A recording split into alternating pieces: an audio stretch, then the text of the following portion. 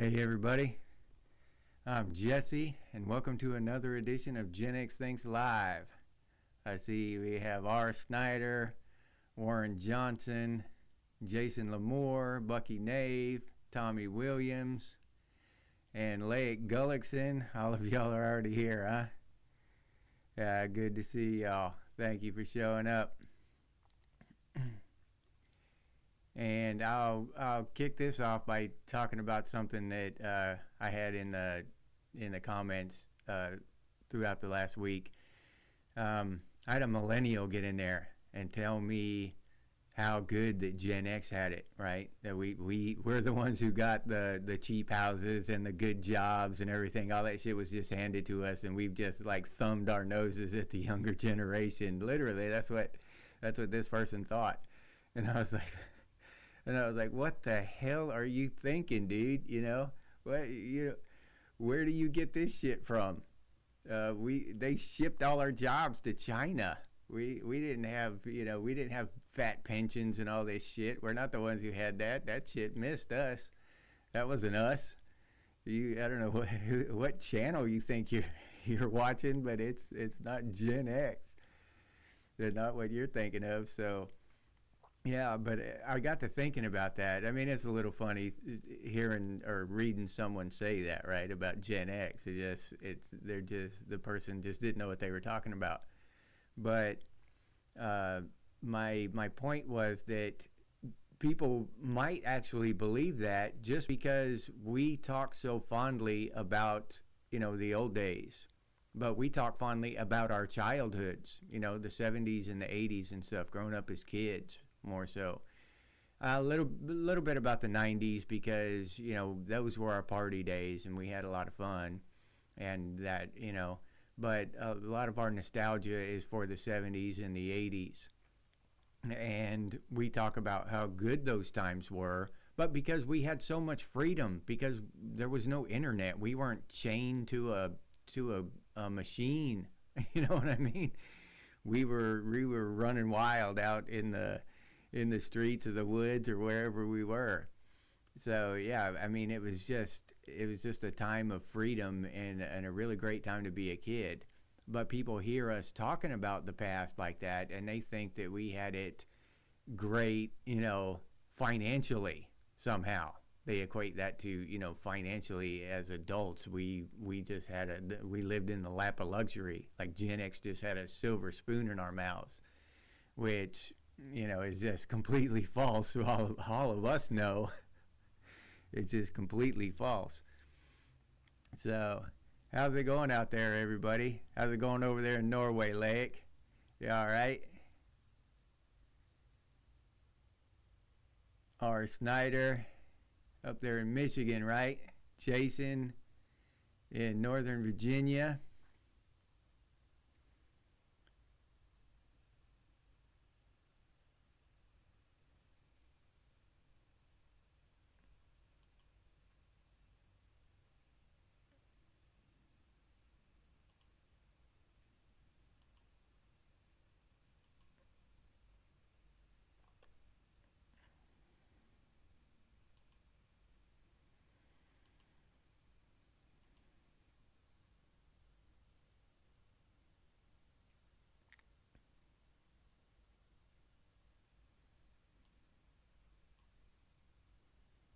Oh, it's spring in Norway, Lake?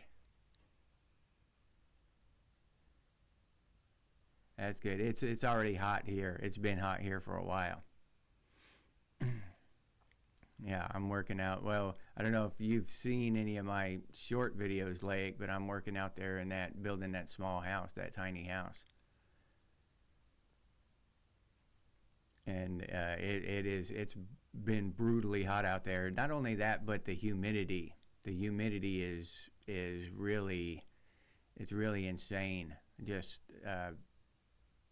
you just soak through all of your clothes. It's like you jumped in a lake or a swimming pool or something. Yeah.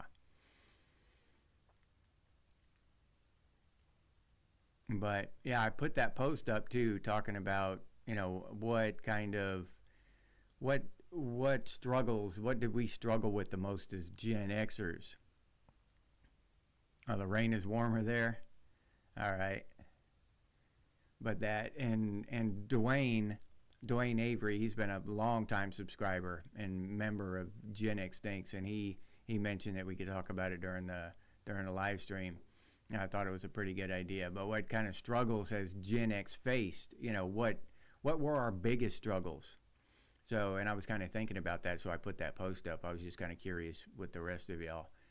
And mine has just been financially, just keeping things together financially, finding work, especially through the recession we had and stuff. And I, like many other people, lost everything through that recession. I mean, everything. That thing put me back to square one. And I just been climbing out of a hole since then.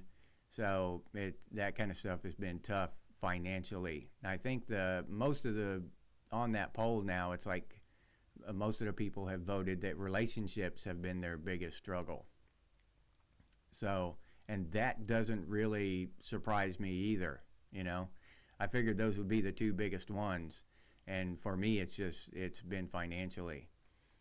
Especially now, being happily married now, I don't have any relationship problems. But all of my stress throughout my life, not all of it, but I'd say 90% of my stress throughout my life has been tied to finances. Just trying to keep my head above water financially. That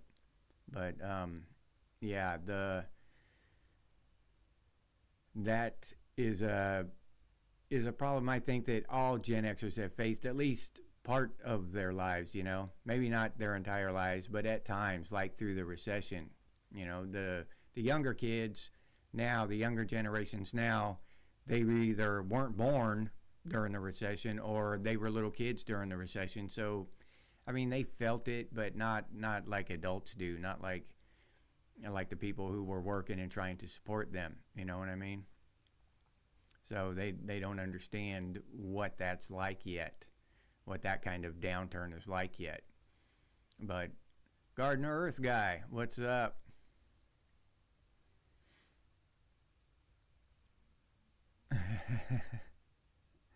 For Molly Ringwald. Yeah. Yeah, she was like the it girl or whatever back in the 80s, wasn't she? Wasn't she like she was like the girl every guy wanted back then, Molly Ringwald. She was in a lot of movies, wasn't she? From what I remember, she was in quite a few movies. But yeah, and the whole relationship thing, I just haven't had very many relationships. I don't know, luck of the draw. Maybe it's my super good looks. Maybe maybe my super good looks intimidate women. but I haven't had very many relationships. And I didn't get married until I was, what was it, 40? I was 41 or something like that. I didn't get married until I was in my 40s. And hey, Metal Gear Punisher, what's up, dude? What's up, man? Glad to see you here, dude. Yeah, I was working remodeling a kitchen for a couple, and I knew the plumber pretty well. The guy, the plumber was coming in. He was putting in new fixtures and stuff, and I knew the plumber pretty well. And I had just gotten married, and he, the two old people, the customers, were there in their house, sitting there, and the plumber asked me, he's like, "Damn, dude, what the hell are you doing getting married, man? Why the hell did you do that?" And I told him, "Well, I didn't know what I was supposed to do. So now she tells me every day, She tells me what to do every day, so I know." And the old lady laughed her ass off, and the guy got mad. The old man, he kind of huffed. But yeah, that was just funny to me. That little interchange I had with that plumber. But yeah, I didn't get married until I was 40. So me and my wife were both more mature by then. I mean, we haven't been without our little, bumps in the road, but Yeah, that's nothing. We work those things out. So relationship wise, I've been pretty lucky. I guess because I didn't really have any when I was younger, so that's that's lucky, I guess, in the modern era.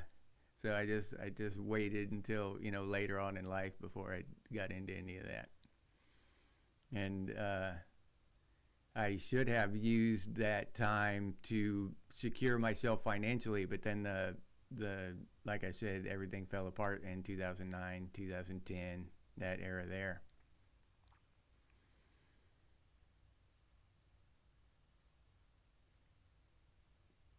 Oh, Snyder, you were visiting Maryland and West and Virginia. How's that over there, dude? That's some nice country over there. I know that. Yeah, finally June. Holy, finally! It seems like it just clicked by. It seemed like it was just January to me. Dead Wolf, what's up, buddy? Glad to see you here. Yeah, but yeah, time's flying by for me. I wish I could put the brakes on this some bitch and slow it down a little bit. Getting out ahead of me, getting too far ahead. I wish I could slow it down a little bit. Seems, that's how it seems to me anyway. Too close to Canada? Yeah, Snyder. I don't know. I'd like some cold weather right about now though. And then and it's been brutally hot this May for even for Florida here. But we've still got June, July, August, and September that are just going to be raging inferno hot. And then it'll kind of mellow out a little bit, get down into the low 90s in October. And then by November, we kind of get fall weather, like, it'll get down in the 70s and stuff. So,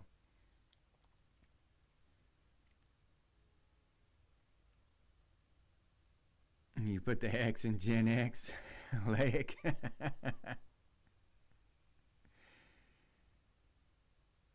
Oh, okay. Garden Earth guy. You turned 55 and was it? Yeah, I just turned 54 last Saturday. So happy birthday, man. Happy birthday, dude. Yeah.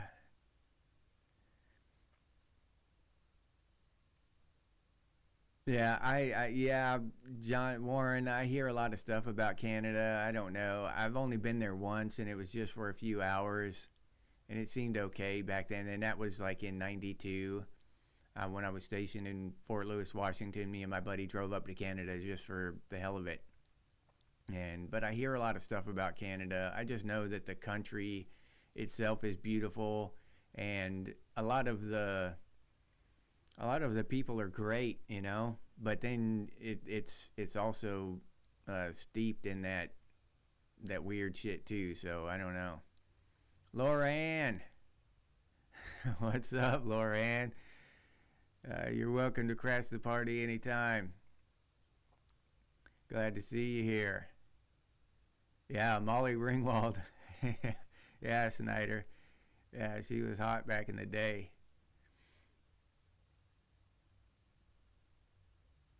Oh, really? Okay, Garden Earth guy. I didn't know that. Yeah, I haven't even seen pictures of her or anything. Yeah, but I just remember her being in a whole lot of movies back then. So I can't even remember all of them. I can't even remember all the movies she was in, but she was in so many. And then she just kind of disappeared, right?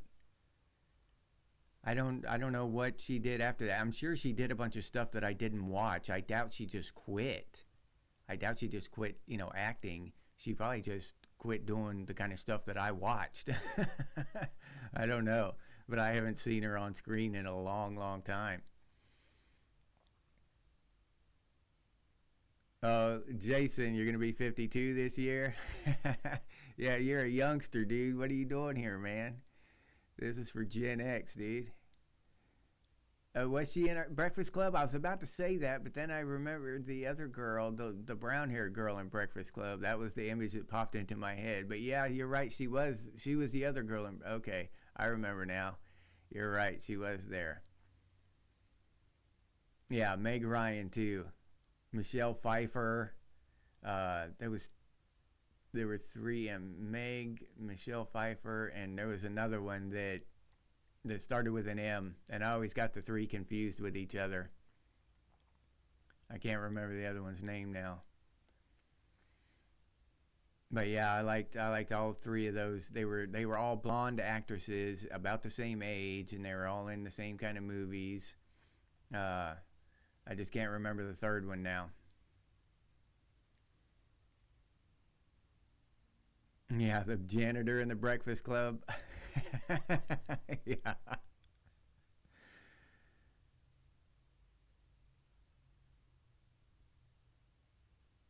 the Powder, still the movie that defines Gen X. No, I don't know. I would say it would be Fight Club, dude. I mean, honestly, I would say Fight Club. But I guess there could be arguments for other movies, right? But yeah, I would say Fight Club would be our the movie that defined Generation X, and not for the fighting, but partly that. I mean, we did a lot of fist fighting back then.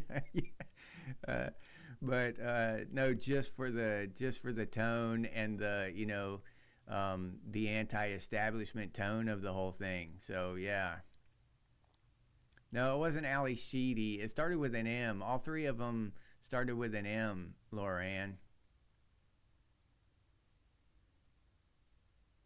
Oh, okay. So she did stop acting. April. I didn't know. Okay, I just lost track of her. I just hadn't seen her in a long time in anything.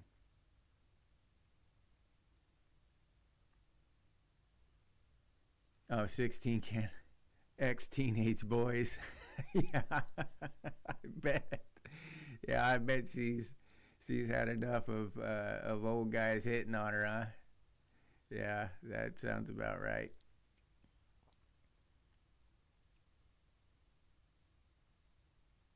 Oh, you visited the Yorktown battlefield? I bet that was cool, Snyder. Yeah. Yeah, I bet that'd be pretty awesome.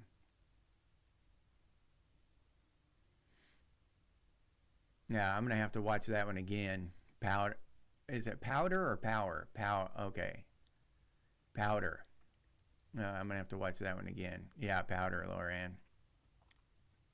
Yeah, Heavy Metal. Heavy Metal 2. Yeah, I just watched that not too long ago, as a matter of fact. And Heavy Metal 2000 too. I watched that one not too long ago.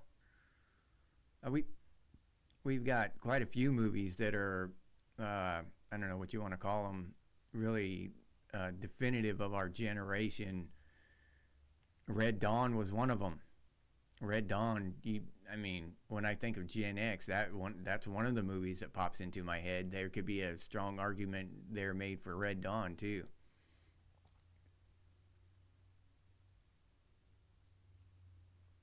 Oh, okay. I haven't seen it in a long time. I would have to go back and watch it again. Powder, Warren. I'd have to go watch it again. I haven't seen it in a long time. And I've seen so many movies that unless I watch them several times, you know what I mean? Then if I just watch it once, then I won't remember it.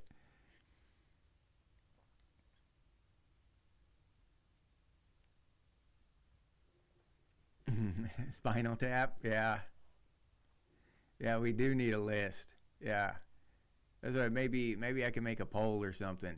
I'll make a poll maybe this week and put it up, and we can all vote on it and see who and line them up. How's that? Does that sound good? Yeah, Logan's Run becoming a reality. Yeah, yeah. You said it there, Gardner. Yeah, yeah. That's that's a crazy thing about this stuff that's happening right now. We're watching it in happen in live action. It's happening in our life, and all this shit that we were warned about as kids through Terminator and all these. and now we're seeing this shit happen, and it's just what it's surreal, right? It's surreal watching it happen. Everybody making friends with AI and all this shit, and all, and doing all this, and you're like, we were warned about this. What are y'all doing? There's one thing to to have an AI that makes images or whatever and helps you at work or something like this, but these people are just incorporating it into their lives in a very meaningful way. And I just, there's no way. I don't trust that stuff far enough. No. I'll look some stuff up on it. I'll use it like Google, and look some stuff up on it, use it as a tool, but I'm not going to start having friendly, intimate conversations with a robot. I mean, come on, start getting feelings for this thing and shit. Not even just friendly feelings. Hey buddy, how you doing? And I read an article where the CEO of that, what is it called? Open AI, the ChatGPT, the company that owns ChatGPT, that CEO said that, I forget, it was either millions or billions of dollars were wasted every year by people being polite to AI, putting please and thank you, and adding that kind of unnecessary language into their conversations with AI. So it just used up server time and energy and stuff processing this useless information. You know what I mean? Because it's a robot. It doesn't give a shit if you're polite. You can be as mid, doesn't give a shit if you're mean or impolite or nasty or anything. It just doesn't care. In that way, it's kind of like Gen X. It doesn't care. Sticks and stones to AI. You're not going to hurt it with a short, gruffy attitude. It doesn't care. So, but people are getting attached to these things and behaving as if they're people. And I just don't do that. I'll just talk to the thing like it's a robot, whether, I don't care what it is, what AI it is. I talk to it like it's I talk to AI worse than I talk to our dogs. I'll be nice to our dogs. But if I have to talk to AI, I'm shitty to it purposefully. Yeah. Oh, okay, Snyder. All right, so you spend a lot of time in Canada, huh? That's cool. I know they get a lot of snow up there. We kind of got some snow down here in Florida, in northern Florida anyway. Oh yeah, Jason, the concerts back in the day, yeah. It's just a joke now. And I see people like Taylor Swift, and I keep seeing that like $2,500 for a ticket to go to her concert. I mean, come on, where do you get off charging people that much money? You're not rich. She's a billionaire. I mean, any really really rich person, that does that just money grubbing shit. I don't know. That just rubs me the wrong way. If I see a poor person acting that way, trying to make every dime he can to feed his family and to pinch every penny, I get that. You're trying to just keep your head above water, but you're just it just reminds me of that song. I can never remember the name of it, but it's I the some of the lyrics are "I'm going hungry." It's Temple of the Dog, but I get the name of the song wrong all the time. It's like Hunger Pains or something like that. But he says in there that how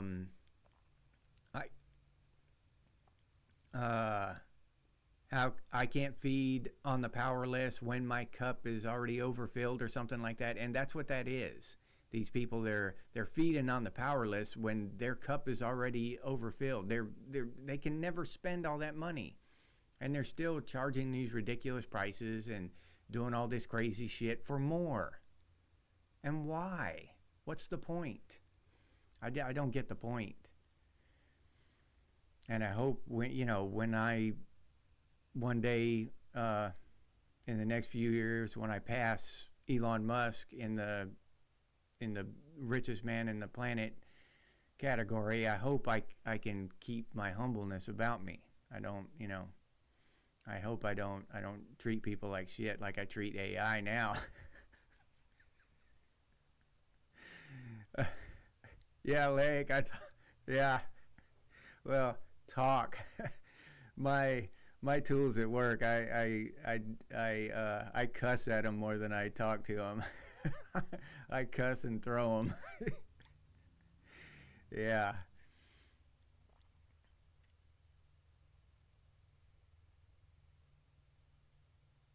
Yeah, true, Loran. They think what all that bullshit, weird stuff that people say on the internet. They're through their programming and stuff. They think that is norm. They think that's real world because the internet is their real world. So of course, yeah, they think that's normal. They don't realize that there's an outside. You know what I mean? And the younger generations are more and more like that. They're becoming more and more like AI and less like us. Each successive generation, they don't realize that real life is on the outside. They're more and more involved in this internet prison, this virtual prison called the internet. Hunger strike. There you go, Jason. Yeah, hunger strike. Yeah, Chris Cornell, he's my favorite singer of all time. Just his voice, that dude could sing his ass off. Yeah, Temple of the Dog, Jason, yeah. I can hear Chris singing now. I can hear that song in my head right now. I would sing it for y'all, but I want y'all to watch this video. I don't want to chase you away from it. I can see y'all signing off. Click, click, click. I started belting out Hunger Strike. Yeah, trying to copy Chris Cornell. No, I'm better with a framing hammer than I am with a guitar. That's for damn sure. Yeah, yeah, like, and that's another thing with the LLMs and all that stuff. Uh, they're and just the Chinese, right? Because I heard that they're starting to implement all this stuff. They're going to put tracking measures in more of our technology, in our graphics cards for our computers and stuff. You know what I mean? Any kind of technology made, they want tracking technology in it. And their excuse is because they don't want the Chinese to steal it. Well, the Chinese are making it. We sent all that shit over to China. You gave all our jobs to China, you bastards. They're making it. They're gonna be mandatory. They're gonna have to put tracking chips in it when they send it over here. You know what I'm saying? China steals all our information anyway. They steal all of our technology. They've been stealing technology for decades. It's not a secret. It's not a big conspiracy. That's how China has caught up with the rest of the world, by pure theft. They just steal the shit. That's it. There's no big secret there. So why the hell are you hiding shit from China? You know what I mean? It's just stupid. China steals it anyway. What the hell? What are you gonna do? Go over there and arrest a continent, the continent of Asia? You know, whatever. The United States Congress is gonna go over there and put the continent of Asia in jail because they're stealing our technology? No. It's just a really thinly veiled attempt at tracking us in another way. It's just their excuse to put more tracking shit in more of our technology. They want to track us in every single way they can.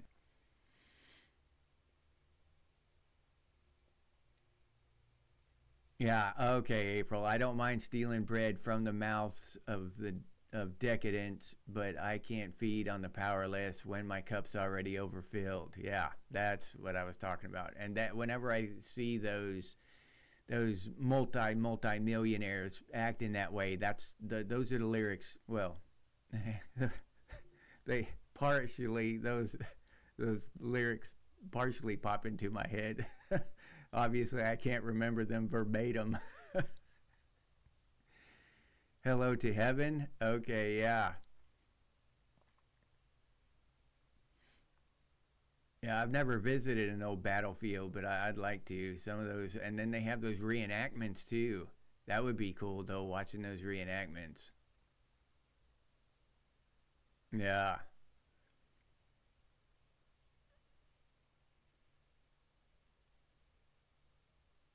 yeah, Snyder. I'm the same way. I don't know.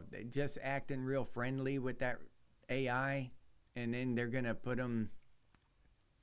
They want to pass a law. They should have passed a law against making those robots humanoid shaped. You know what I mean? They could have made them in any shape they want. They could have made them look like dogs or Casper the Friendly Ghost or anything. Just a box, or Tars on that movie Interstellar. That would have been a good way to make a robot. They didn't have to make it humanoid shaped, but they're making all of them. They're making them humanoid shaped. And why? Why is this? They don't have to do that. They could have made an R2D2 or whatever, but they're making them humanoid shaped. So psychologically, we can become attached to them and see them as people. Now they just look like someone in a uniform, right? There's a person hiding behind there. We've seen people, wearing masks and stuff in real life and in movies all the time. Darth Vader's behind all that black stuff. He's a person.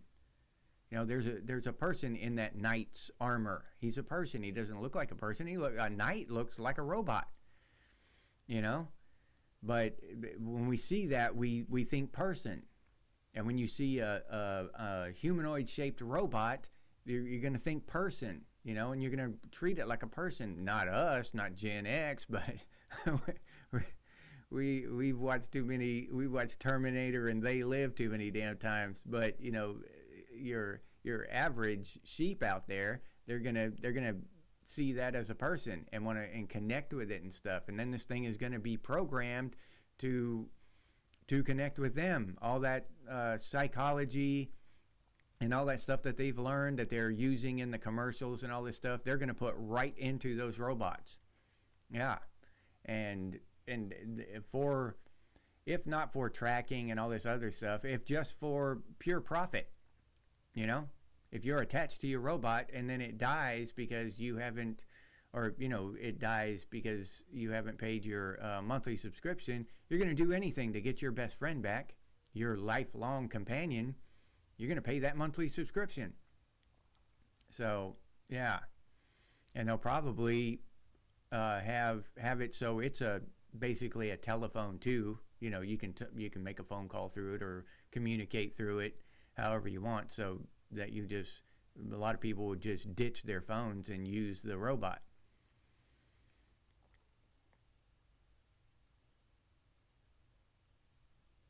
Yeah, Dead Wolf. Yeah, those reenactments haven't turned real yet. Yeah, in a lot of places. Yeah, a lot of history there. Yeah, you're right, Yorktown. Brad Harris, good to see you here.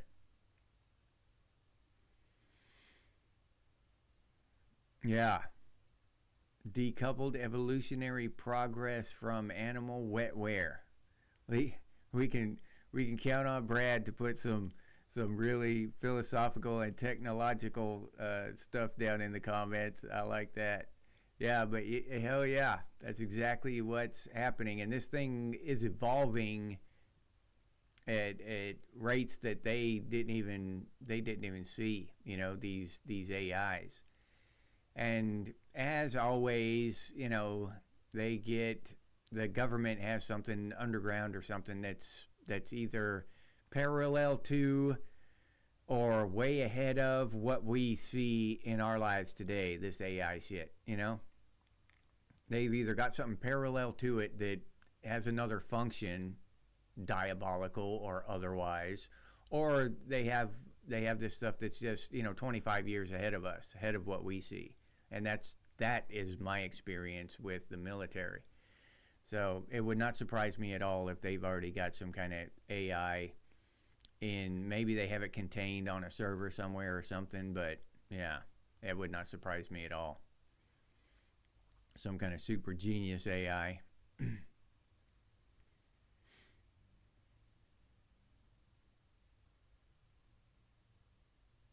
Oh yeah, yeah, Metal Gear back on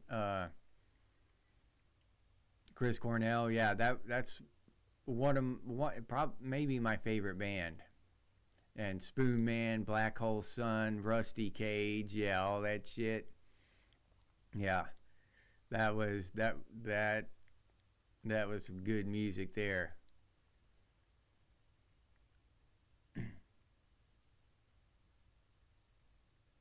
Yeah, yeah, Schneider. Well, I've said this before, but it bears repeating because you'll hear people say to the contrary that Alexa and these Google Home or whatever they have, that these kind of things, they don't listen to you constantly, right? And that is just a flat out lie. It's by the laws of physics, it must be a lie because that's just the way computers work. Now, if I say dog, Alexa has to take that information, print it on some kind of physical disk, whether it be RAM or ROM or whatever, right? Compare it to the word Alexa, and then make a decision. Does it match Alexa or does it not? And if it matches Alexa, then it responds. If it does not match Alexa, then what does it? Does it erase the data from the disk? Does it send it on to another server somewhere, in a file under Jesse and save all my conversations under there? I don't know. But I know by the laws of physics that it must write it to a disk, at least temporarily. So yes, it does listen to everything that we say, and it does write it to a disk. Whether that disk be, RAM or ROM, I don't know. But when you think about it like that, so yes, it does listen to you. Not only that's not even debatable. It must, to function, it must listen to everything you say and record it so that it can check it against its keyword. That's how computers work. So yeah, they definitely listen to you, and it would not surprise me at all if these Roombas and stuff, these robotic vacuums, have cameras and all this stuff. Yeah, I don't know if they might have other kind of sensors, but I don't know, how it navigates. Some of them just have bumpers, the older ones, but the newer ones could definitely have cameras and just navigate by sight. So yeah.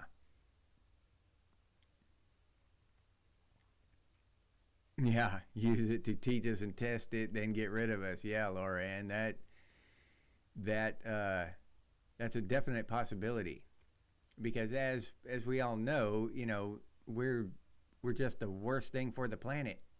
Nothing else harms the planet, just us.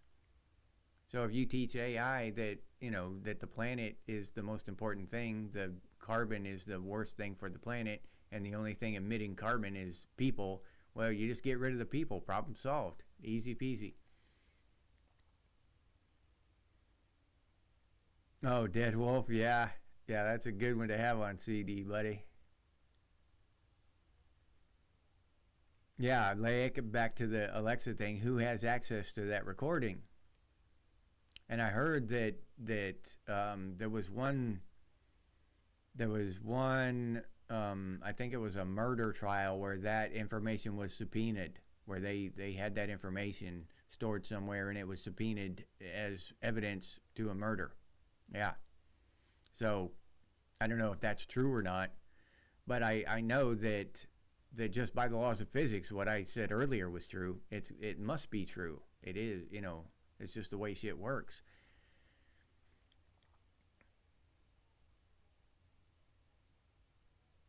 Yeah. Oh yeah, Metal Gear. Excessive technology may enslave mankind. Remember that. Yeah, you damn right, Metal Gear. I would argue and say it already has. It already has. We're just, there are degrees of enslavement. There are degrees of slavery. You know what I mean? Especially the way technology and psychology and manipulation and all this shit work. Now, most of these people are enslaved by the internet, right? They must, to live, to survive, to pay their bills, they must have the internet, right? You're living, making a living with your OnlyFans account or whatever kind of weird shit you're doing, or you're a dank memer or whatever, and so you got to have internet. So if the internet shuts down, I mean, you're just gonna dry up and blow away. So these people are slaves to the internet, and more, the further we go, the more and more the internet becomes a prison for our minds. And I don't even just mean that in like a philosophical sense. I mean that in more and more it becomes that in a literal sense. Where these younger generations aren't even fully aware of existence outside and stuff. The stuff that actually happens outside. They actually firmly believe the shit that they hear about on the internet. This stuff that they post is just utterly ridiculous. Yeah, it's incomprehensible to see, thinking people can post this stuff, and believe this stuff. It's just crazy.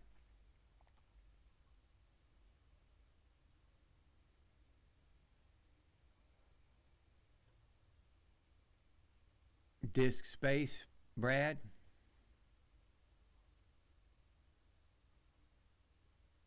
Oh yeah.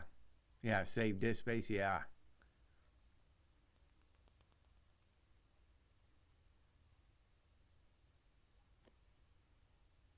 Yeah, Dead Wolf. That wouldn't surprise me. And I've had really weird, odd, random things pop up as advertisements, just that I had mentioned in conversation or had mentioned in conversation within hearing distance of my phone. Now these things that I would never be interested in, never showed any interest in my entire life, but all of a sudden I'm seeing ads for them for a solid week after they pop up after they pop up in conversation, just in passing, just mentioned once in passing. You know? So this kind of stuff is definitely happening. And just 10 years ago, that was a conspiracy theory that our phones were listening to us and shit and tracking us and all this. Now it's just, oh, well, I don't have anything to hide. It's happening, but I don't have anything to hide. So that's where we're at now.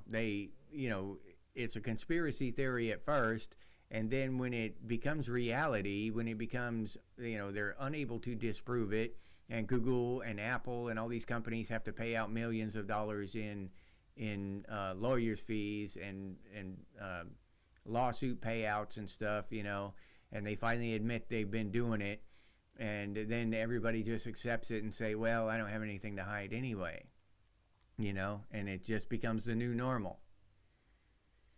And they just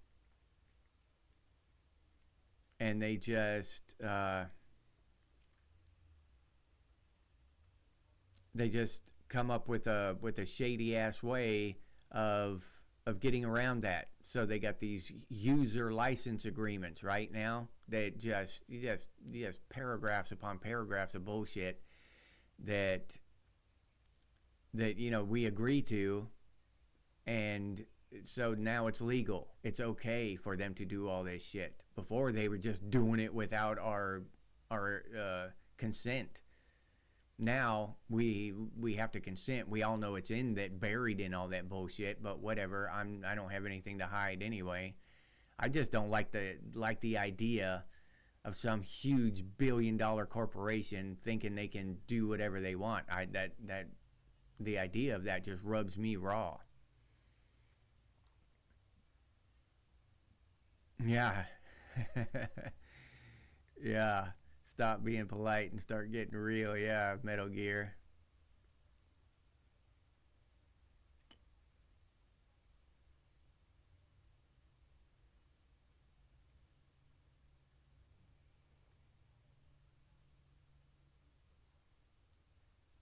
Frequencies, Lauren. Yeah. And science is starting to prove that, you know. Science is coming out with that everything is fields and vibrations. I mean, the whole thing about is anything really solid in the hologram or the matrix thing, but we can go all the way down that rabbit hole to the matrix and the holograms and all that. But there is a lot of truth to that, the frequency thing. Everything and everybody vibrates at different frequencies. And I believe that is kind of where we get overlapping things. This is just personal opinion, but where we get overlapping things like ghosts and Bigfoot and stuff is like, sometimes other dimensions kind of align, the frequencies align with ours, and so they kind of overlap there for a little bit. And that would explain why when you go looking for these things, they're not there. You know what I mean? So, yeah. Because they're actually in another dimension, and you're not really seeing something solid. You're seeing a vibration, a vibrational field.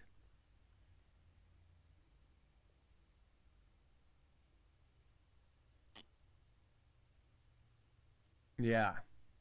Yeah, it did. Well, that wouldn't surprise me, running a Craftsman snowblower. Yeah, and then the exact model of snowblower was on the video. Yeah.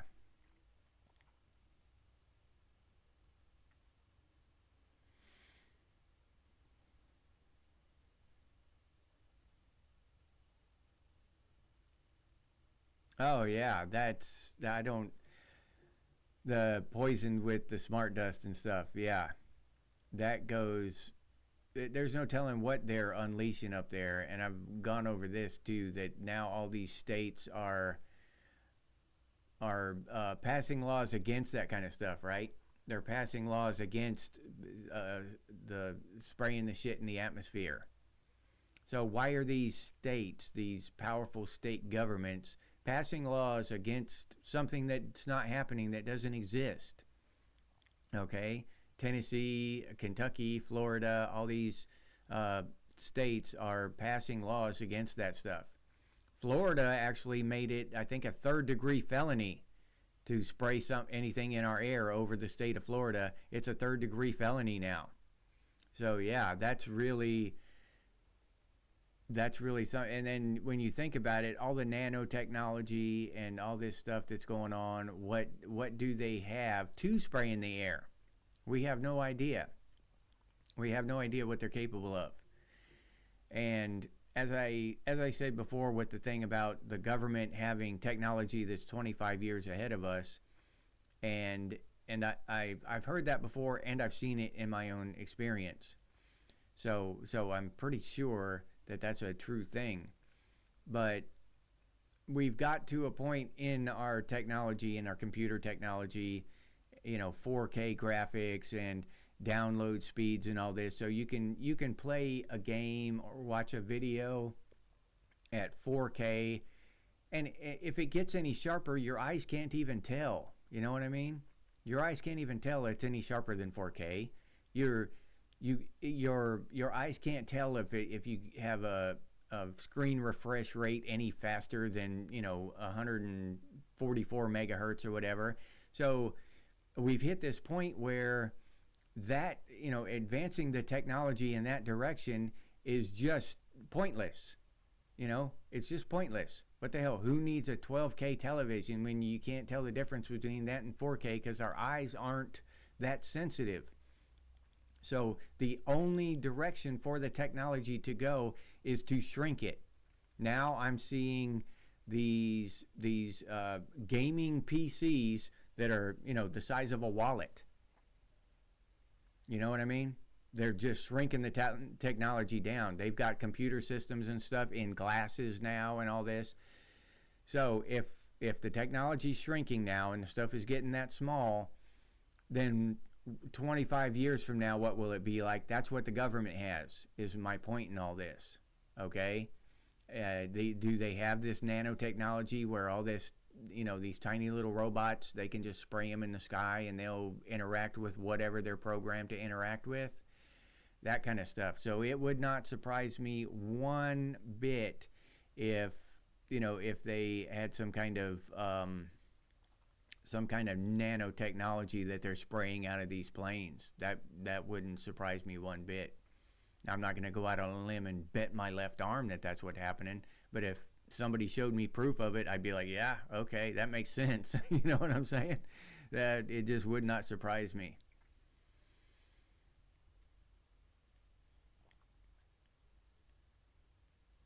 Yeah.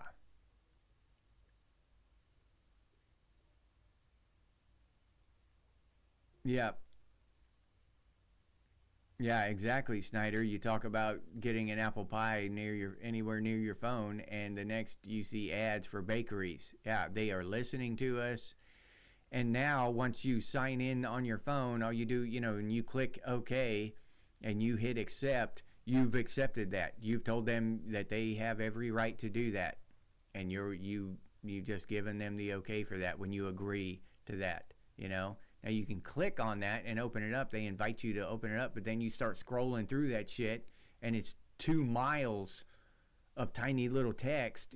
Who reads through that shit? Who's got 3-4 hours to sit there and read through that legalese to find out what you're condoning, what you're accepting here? Nobody does. So we all just hit the button, the check, and accept it. But that's what we're accepting. We're giving them the right to listen to us and then show us ads, or send that information on to sell that information to the highest bidder, whether that be an apple pie company or the U.S. government or the Saudi government. I don't know who all they sell it to. I have no idea.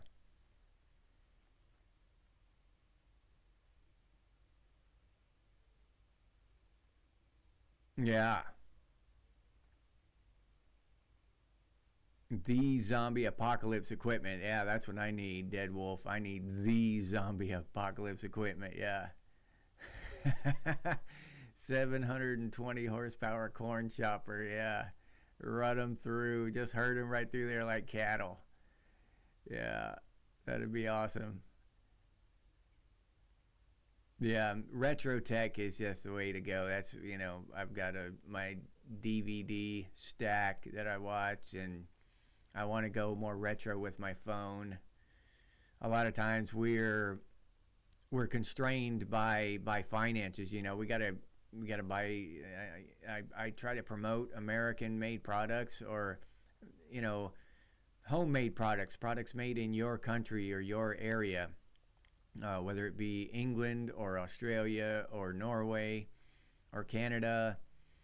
But a lot of times we just can't afford to. We've got to buy that cheap Chinese shit. So I have some cheap Chinese shit now, but I'm trying to save up some money and get the phone I want, which is the Librem 5.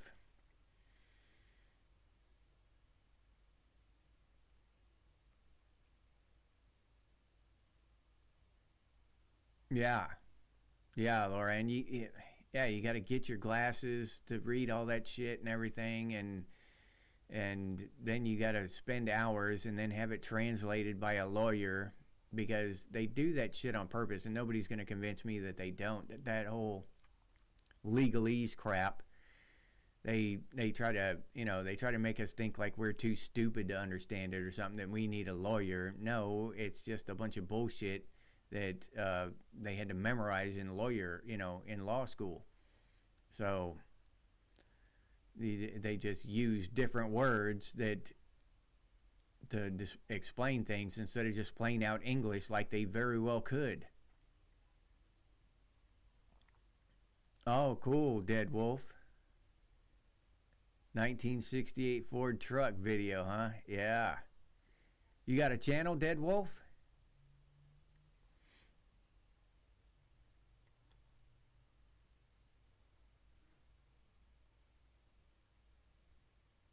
Yeah, Snyder, yeah. Yeah, that's one thing. That's another thing. Uh, Snyder mentioned the Amish here, right? And that's something that I was thinking about. Now they've got all of this organic food now, right? It's organic and all this good for you. And people look at that. People look at others who want to buy organic food and all this as kind of health nuts or whatever. I mean, it's not a great big deal, but still, and you kind of got that health nut vibe if you want to try to eat organic food and stuff, right? But just what 30 years ago or whatever, that organic food, that was just food. That was just food. All food was organic. There was no such thing as organic food because that would have been redundant. It would have been ridiculous to put organic on something because it was just food. It was the same as all the other food. And that's what the Amish eat now. Is just regular food. They don't eat all them chemicals and shit. You know what I'm saying? So to do this and to call normal food now organic and all this shit and label it like it's all this flowery, almost hippie yoga instructor kind of labeling and shit, and to make it look kind of weird and off-putting, green fuzzy shit, all this, it just kind of gives it that vibe like you're a health nut, or you're a little odd shopping organics and all this stuff, and that it's just normal food. That is just food. It's not some kind of weird organic thing and healthy thing. You know what I mean? It probably is more healthy for you than the chemicals, but still, it's just food. It's just regular food, the same food we ate when we were kids. Now it's organic, and you're looked at kind of weird if you go shopping for organics or insist on organics. I just insist on real food.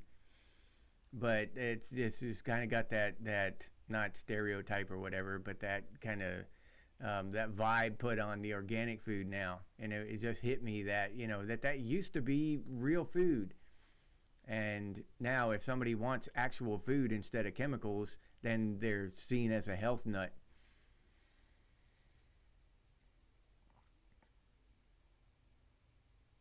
Yeah.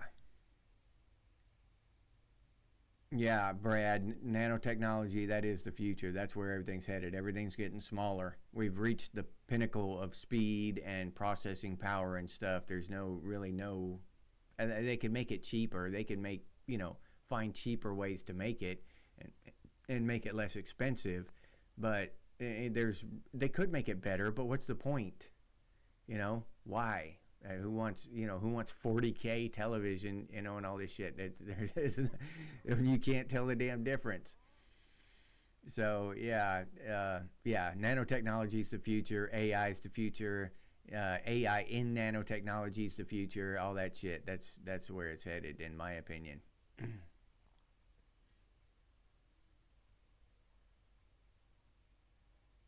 Patty the Fly. Hey. Yeah, the old Nokias. Yeah, you're right about that.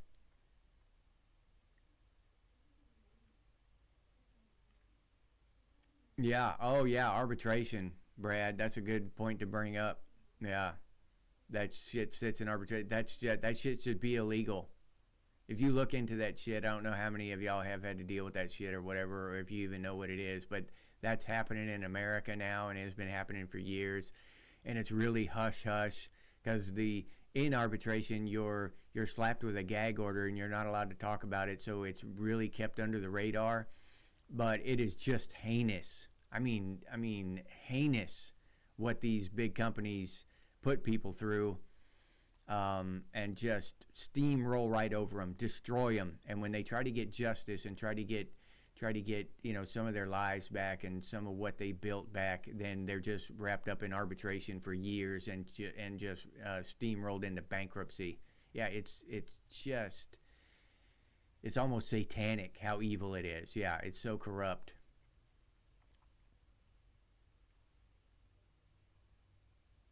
Okay, Dead Wolf. All right. Yeah, Dead Wolf's got a new video about his, what was it, a 68 Dead Wolf. So after this, if y'all want to check out his truck, go check out Dead Wolf Resistance. Just type it into the YouTube search bar. Yeah, I'm gonna do that as soon as this is over. While I'm eating dinner, I'm gonna watch some Dead Wolf Resistance over there. Yeah, yeah. Metal Gear Punisher. Organic foods are expensive, but not so bad as it used to be. There was a whole thing with that. I don't know if y'all want to hear it, but used to be organic food was really expensive because when they first started it, these small hometown local organic farmers would produce this stuff, and the big companies like Del Monte and Tyson and all these huge food companies tried to crush them. They tried to stop them. All right. So they lobbied and got all these regulations put against them, and they had to jump through all these hoops. The small organic farmers had to jump through all these legal hoops and regulations to be able to put the organic sticker on their product, right? Well, people still bought them. Even though they were highly expensive, people still wanted it. So they still were able to prosper and continue. All right, because of people like us that wanted to buy that stuff. They wanted to eat healthy, and they put prominence on their diet. So once that happened, once the big companies realized that they could not crush these smaller companies out of existence, they adopted it. They bought them out. They lobbied to have the regulations taken off, and now we have what we have today, where our organics are made by Tyson. And I mean, you can go to a farmer's market and find some good organic stuff, or you can go through a supermarket, but you have to, if you go to a supermarket looking for organics, you really have to know what you're looking for nowadays. It's not like it used to be where they had to jump through all the hoops to get their organic sticker on there, right? They had all those taken off. These big companies are self-regulated. Their stuff is organic because they say it's organic. And y'all can look it up, do your own research. I've watched documentaries on this shit with FBI agents kicking these poor farmers' doors in and shit over just the most ridiculous crap, spending our tax money, harassing these poor people. Yeah. But it happened back in the early 2000s. And now, but then, you know, those big billion-dollar companies, they saw that that's what people wanted. Holy shit! So we'll just go ahead and buy them up. We'll do the organic thing. We just, you know, we'll have to relax these regulations. So we'll have to pay off a few politicians again to get them to reverse all that shit we made them put on the small organics farmers. You know. We got to have all that shit reversed. We can't go through all that to put organic sticker on our stuff. So they had all that shit reversed. It is just so vile the way these companies behave, what they do to us, and to, you know, anybody who tries to do something good and noble and make a good business that's actually good for people and gives them healthy food or a good product at a good price and a strong, lasting product. They will crush you. Yeah. And if you fight them, they will put you in arbitration for years and bankrupt you. Yeah. It's straight up evil. I don't know what another adjective to use again, you know, toward that shit. Yeah, it's not. Yeah, Metal Gear. It's you can find real organics out there. You can, but you have to do your research. Tyson and Del Monte and all these companies, they're not putting out real organics. You know, I mean, technically, according to the FDA, they followed the FDA guidelines, which they lobbied to make those guidelines. You know what I mean? And then they self-regulated. They check themselves to make sure they follow the FDA guidelines. It's not like some outside agency comes in and checks them. They check themselves. So yeah, it's just bullshit. It's bullshit stacked on bullshit stacked on bullshit. Yeah. No, you used to be a Dodge man, huh, Dead Wolf? All right. All right. We'll check out your Ford. Yep.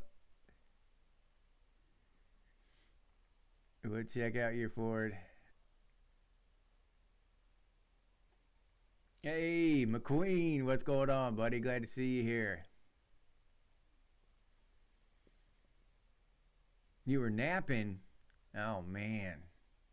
Yeah. Well, I'm glad you woke up, McQueen. Glad to see you here, man.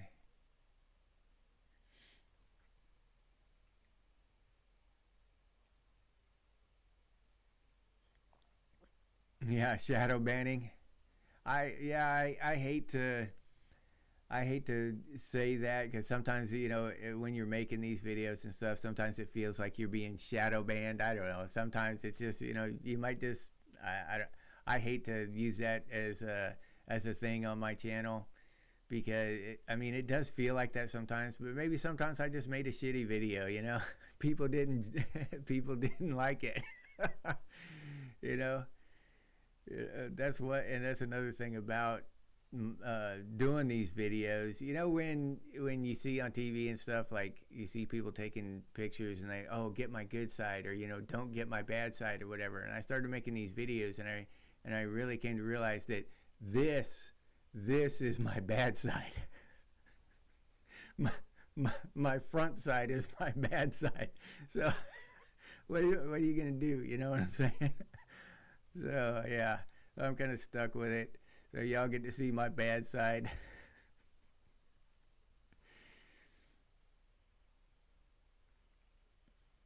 Oh yeah, the next 10 years is gonna be fun, Loran.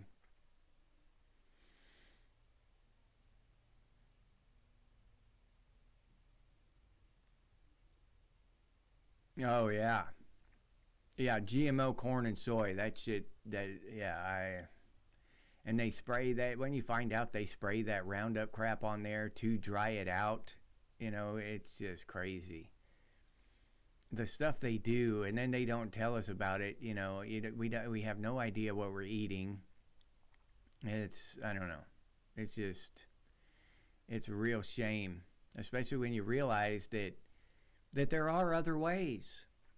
The only reason it's being done this way is because of greed.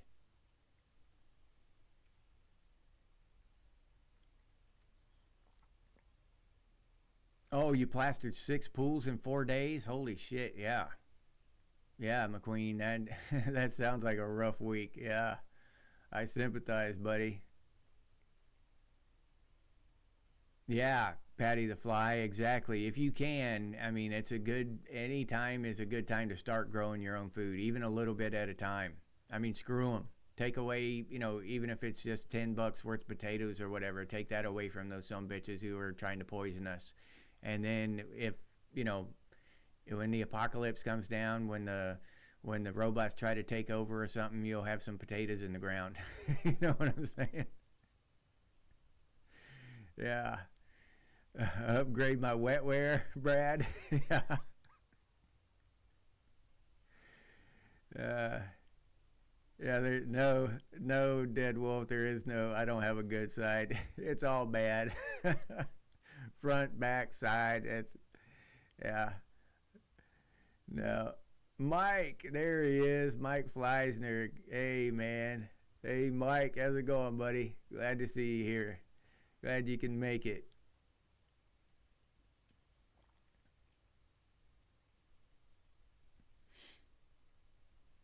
Yeah, that's the algorithms. It seems like everything's an algorithm now, right? We're all going against or trying to beat the algorithm. No matter what we're doing, whether it's grocery shopping or whatever, it's just everything's algorithms now.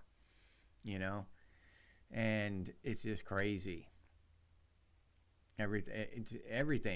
Everything's run by these algorithms, and I remember listening, hearing that word, and looking at that word years ago, and it seemed like cool and algorithm. Now it seems like a pain in the ass. These algorithms seem like the algorithm is always the enemy. It's something we're trying to beat. And yeah, so, but yeah, the idea of growing your own food, I've had a lot. I've tried that a lot, honestly, in my life, and I've had some success. Like sometimes some growing seasons, I'll just get a whole lot. I just can't, just food all over the place. I can't eat it all. But then sometimes I can't grow shit, and I don't know why. I still haven't quite figured out why. And then the last couple years I've been really busy working, so I haven't had a whole lot of time to devote to gardening, but I still always try, even with my limited amount of time. And but last year, the end of last summer, I planted some kale and some sweet potatoes and didn't really get anything out of it, and just kind of left it out there. I mean, I keep it, I keep stuff cut down out there and stuff, but I have fruit trees, which is my real, that's what I really care about, are my fruit trees, because they don't take a lot of maintenance. They don't take a lot of my time. So I can just kind of leave them alone and they just do their thing and I get food from them. So I love fruit trees. Don't get me going down that hole. I talk about fruit trees for hours. But my point of my story is that I kind of just forgot about my garden over the winter, and then last month I went out there and I've got this big kale plant growing that just grew on its own. I didn't do anything to it. It's just big and beautiful, and I'm looking at it and I'm like, what the hell? Where were you last year when I planted your ass? When I planted the seed, you waited all the way through the winter, and I went out yesterday morning and my sweet potatoes coming up, and I had given up on it. I was like, well, that thing's just rotting in the ground or whatever. Now it's sprouting and coming up. So sometimes it's just patience, I guess. I don't know, but it's not easy to grow a garden. So it takes some time, but it is worth it. There's a lot of satisfaction in it. And like I said, even if you just end up with $10 worth of groceries, that you don't have to buy from one of those big evil corporations, I think is worth it. Anytime I can keep money in my pocket rather than give it to some evil corporation, I figure that's a win for me and for humanity and for Generation X above all.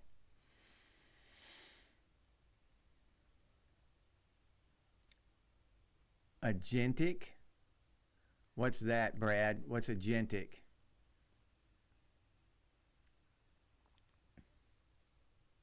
I've never heard that one before. Is that like something to do with computers, algorithms, or something?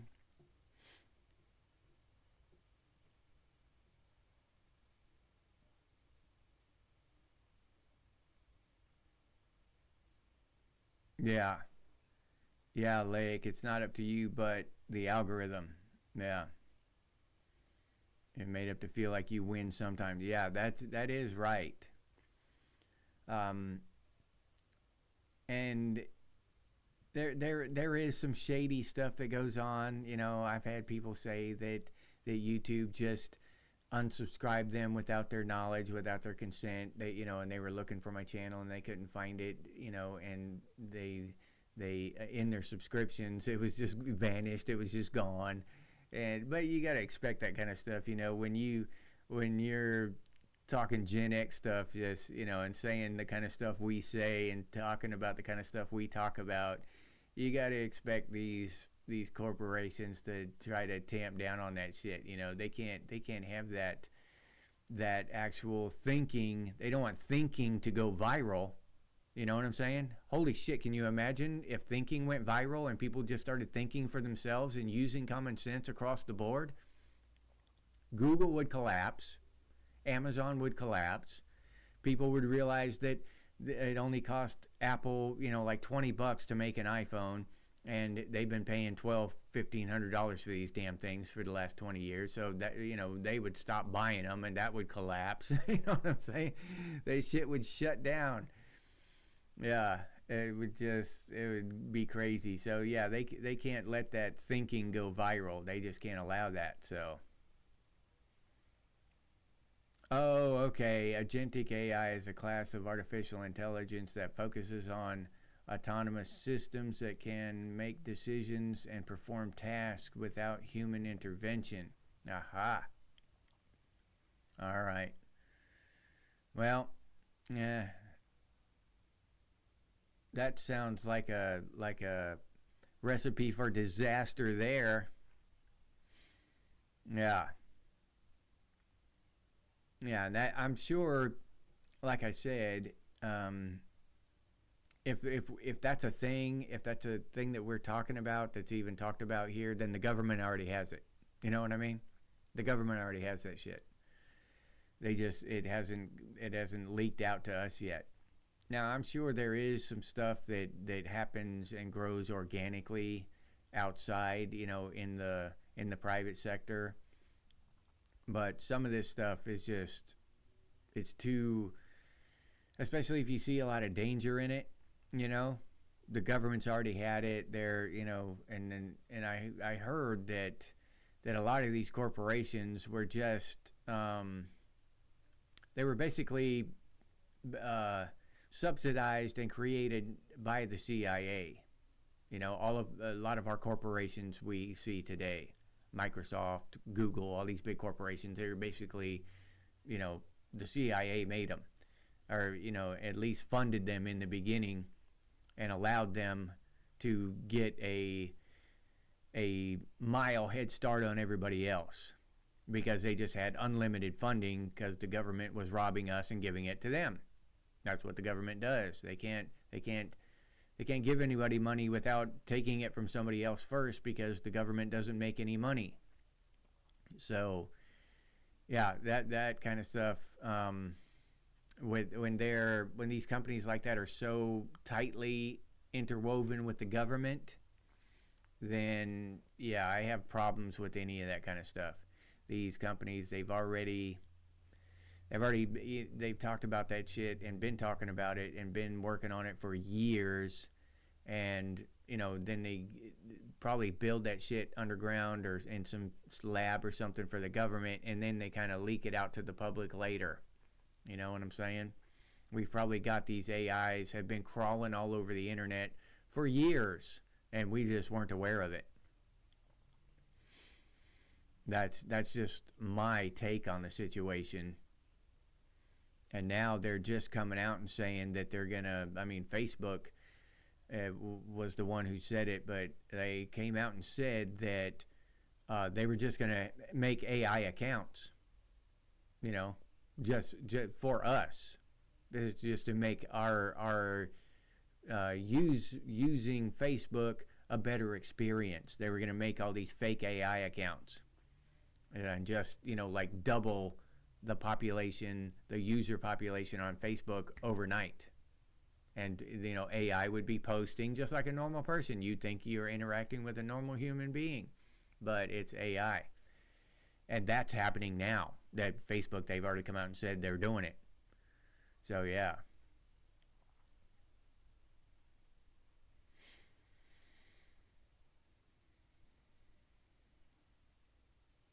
Yeah.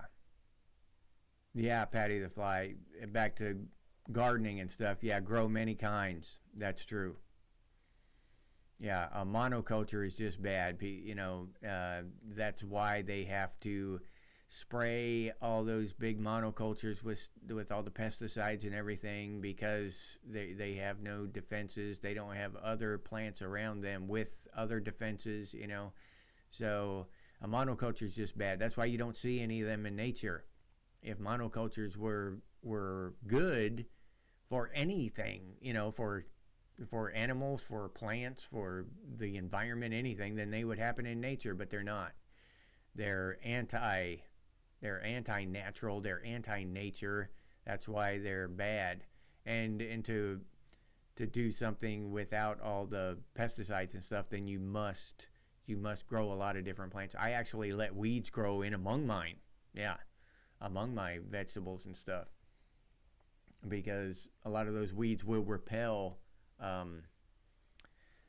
the insects that I don't like, and they will attract wasps and bees and stuff that I do want around. So yeah, I mean, I don't let it go wild, but I don't pull all the weeds out of my area, my gardening area, because I let them have a healthy environment there. But yeah, and that's why wasps and bees and those ladybugs and stuff are good for your plants.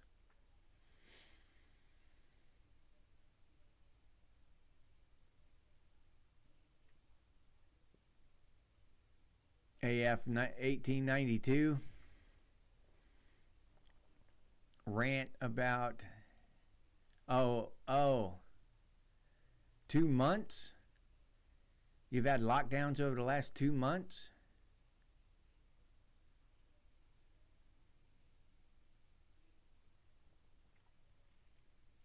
1982 or 1892 rather. What's that about?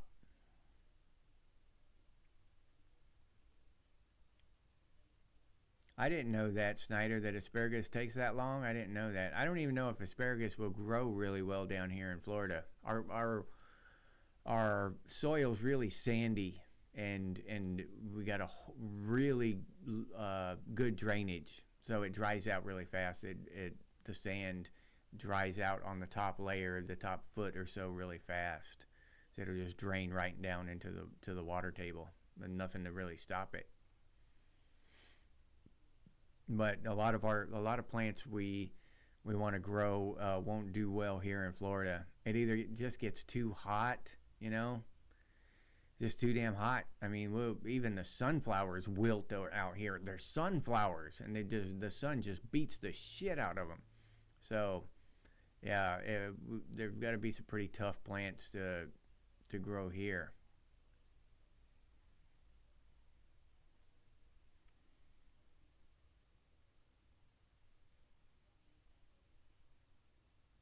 Yeah, yeah, Brad. Yeah, hallucinations. Well known to be wrong. Yeah, you're absolutely right. Yeah, we need guardians. I mean, seriously, that's important, and that's something we've lost throughout society, throughout our culture. I mean, we really have. And part of that guardianship used to come from the community, you know? I mean, it really did in all kinds of ways. We'd stop each other from doing crazy shit. Or the community at large, your family, your neighbors and stuff, they'd frown upon bad behavior. And that kind of stuff, we need guardians like that in our technology too, but that's just unlikely. There's just too much money in it, and I think they're just bound and determined to make a mistake with this AI. I really do. I think it's just a matter of time before one of these things gets loose and wreaks havoc, or one of them is trained by China, and then just cut loose on the internet of its own accord with instructions by a foreign adversary, something like that, and just wreak havoc. Either way, it's not going to be good.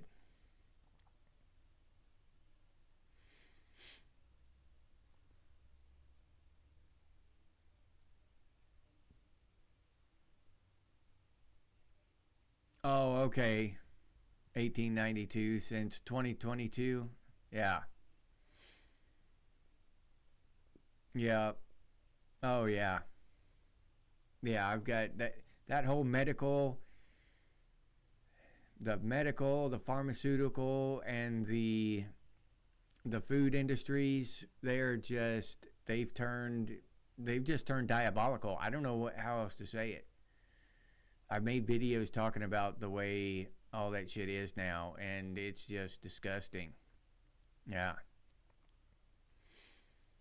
yeah. I don't agree with this new culture we have of a pill for everything and uh, all all this, and then you've got when you take a pill, then it's got 3 side effects. So one of them is so horrible that you need another pill to cure that side effect, and then that's a cascading effect there. So now instead of just taking 1 pill, you're taking 5, and then you can't never quit taking them, right? We used to just take, we get a cut or whatever, get a nail through our foot or whatever, take a pill for a week or 2 to kill the infection, and that was done. It was cured. It was over. They don't cure anything anymore.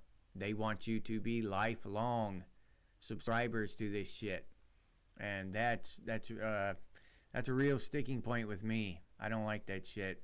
They're not trying to cure anything. If they cure you, they lose a customer. What the hell? That doesn't make business sense. Why the hell would they want to do that? Why? It just doesn't make sense. They lose money every time they cure a person. So no, they're not trying to cure you. They're not trying to cure me. They're not trying to help us. They're trying to keep us imprisoned with their pharmaceuticals and their monthly fees and their insurance payments and all this shit. It's a prison. It's a financial prison, just like the internet is an intellectual prison. We're imprisoned. And it's just the prisons are voluntary, or so subtle that we don't realize it until somebody points it out.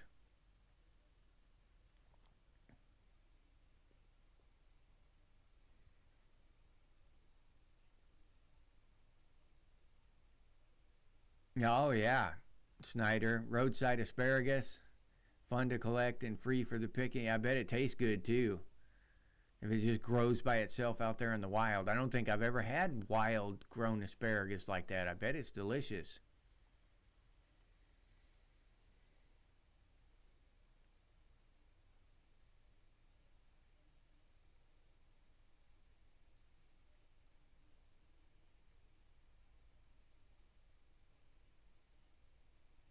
Yeah, 1892, yeah.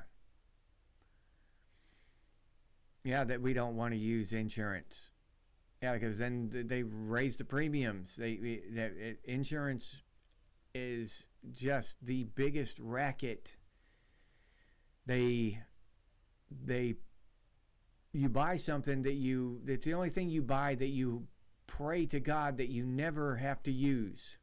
You don't want to use it. And then if you do use it, you're punished by the person you bought it from, by the company, the institution, whatever that you bought it from. You're punished by them. You're fined if you use it. They raise your rates. So, yeah, that's another prison because, yeah, and one of the worst ones. Yeah, that is Patty the Fly. Yeah, Florida is a great area for greenhouses. You're absolutely right. Yeah. If I had the time and the money, I would have one. But I have neither time nor money. Big country, what's up? What's up, dude? I think I missed somebody else came in up here that I didn't say. Who was it? Was it Hillbill showed up? Somebody showed up, I thought. But I was talking. Old man, there he is. Okay, old man. I see you there, old man. Hey, I was talking when you popped into the chat there, so I didn't say hi, so I'm saying hi now. Hey, old man. And Big Country. Yeah, you late again, Big Country. You sitting out there on the porch enjoying that view. Yeah, Lake. Yeah, and the video you suggested will be posted tomorrow morning about fear. Yeah, I'm doing a video on fear. I did one already. It'll just be posted tomorrow morning. So me and Lake suggested I do a video about fear and control, and I did one. So Lake gets the credit for that one.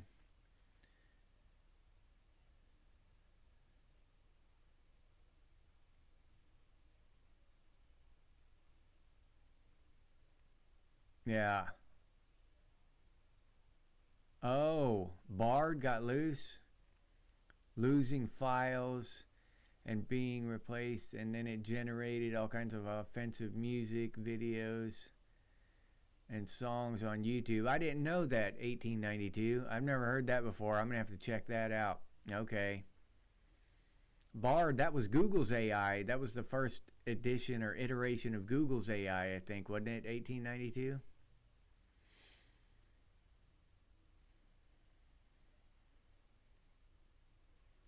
R. Schneider, I've got fig trees, loquat trees, orange trees, uh, grapefruit trees, and banana trees. But bananas aren't really a tree. They're a herb, I think, or something crazy like that. Yeah, but I've got all those. They all do really well in Florida. Loquats, well, figs do really well too, but loquats do awesome here. Yeah, it is, especially if you find the right doctor, Lorianne. It is cheaper without insurance. Yeah. Uh-huh. Yep. Exactly. You get good deals when you self-pay. And I watched a lady doctor talking. I think it was on Tucker Carlson, and she was talking about it. It might have been somebody else, but she was talking about the whole idea of it and how she was kind of subverting that whole thing. And yeah, she's got a thriving practice, and people just come in and pay cash, and they save money, and she's doing really well. I hope the idea spreads. But the insurance companies have their hooks into those doctors too. They're not. It's not like these doctors are all complicit and evil and stuff. You know what I'm saying? These doctors are being driven into these corners and pretty much forced to accept these terms and all this shit. Yeah, it's crazy, especially in some states where it's regulated and mandatory. So it depends on what state you're in mostly.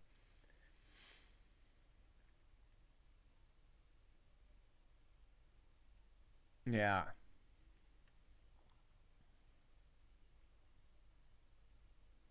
Yeah, it is. Okay, Patty the Fly, you're in Germany, huh? All right.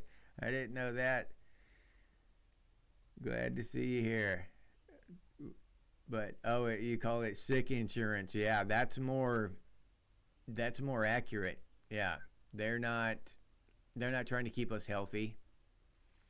And just as I thought from your comment there, I assume that your situation is a lot like the United States with the insurance and all that. And I assume that's across Western civilization. I mean, we're all kind of in the same boat. The technicalities, the details differ a little bit from here and there. They call it because we heard for a long time how great Canada's health system was and all that, but later you find out that they've got to wait 6 months to get surgery and stuff. You know what I mean, in Canada. But when they're trying to sell us on the idea, they were touting how wonderful Canada's health program was up there, right? Telling us Americans how wonderful their program was and all this, and everybody got free health care and all that. But they didn't tell us all the details of how expensive, it raised their taxes by whatever percent, and they couldn't get in. A lot of them came down here to the United States to get stuff done, to see doctors down here in the United States, because you couldn't do it in Canada, especially with the immigrants and stuff getting priority service. And they're flooded with immigration just like we are, and I assume Germany is the same way, in the same boat there as well, along with the rest of us, England and Canada and Australia even. Yeah, oh, okay, doing Gen X shit in the garden, huh, big country? Yeah, we've been doing a lot of talk about gardening here today. Yeah.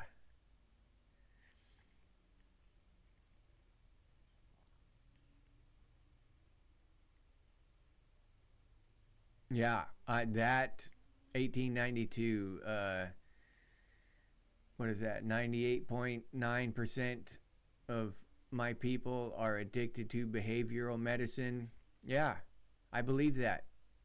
And I honestly, I just made a video about this. So I'm talking about this stuff, and then I'm going to post a video about it here pretty quick, but the day after tomorrow, I think. But yeah, these pharmaceutical industries, they don't want you to get well. They want you to get hooked on this medication for the rest of your life, because the side effects, the withdrawal symptoms of coming off of the medication are sometimes far worse than the symptoms you were trying to get rid of, than whatever was bothering you to begin with. So they can say it's not addictive, but it's so horrible coming off of the shit that it might, it is addictive in a way. But they can technically claim that it's not addictive.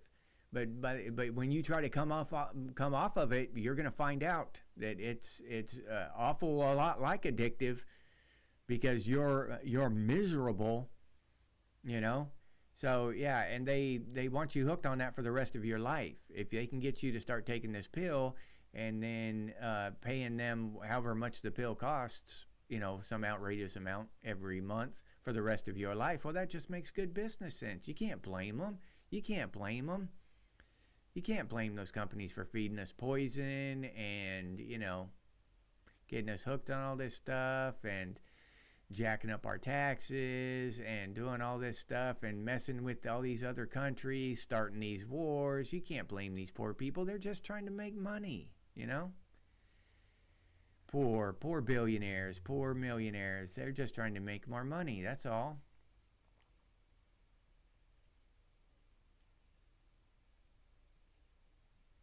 Oh, remember life before Obamacare? Laura, I really don't, because I never went to the doctor back then, I've only gone to the doctor a handful of times since then, but I don't think I ever went to the doctor back then. So no, I don't really remember how it was before Obamacare.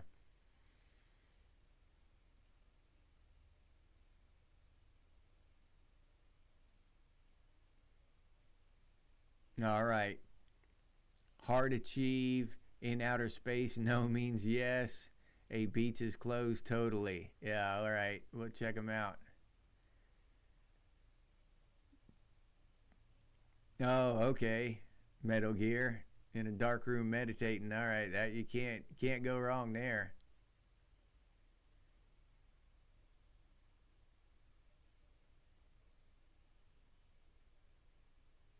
Okay. Patty the Fly. In Germany, you don't go bankrupt if you get really sick. Well, yeah, yeah. That happens in America. Yeah, it'll just bankrupt you. Yep. You get sick, and there's many stories about how somebody got sick, and then in America, they don't even have to tell you. Oh, they didn't. I don't know if that's changed, but they didn't have to tell us until recently, unless it's changed recently. They didn't have to tell us how much the stuff costs. So you couldn't shop around from hospital to hospital or doctor to doctor, because they just wouldn't tell you how much it costs. So you just went to them and they charged you whatever they wanted. Yeah. And it would just bankrupt people. They go in there for some little thing they thought was going to cost $1,800, and it would be 18,000, literally. And it would just destroy them. And the doctors, the hospital, not individual doctors, but the hospital, the corporation did not care. They'd go after them and sue them and take everything they had. Yeah. And we're talking about hospitals and big corporations here, not small town doctors, not individual doctors, aren't pulling this stuff. I don't think anyway.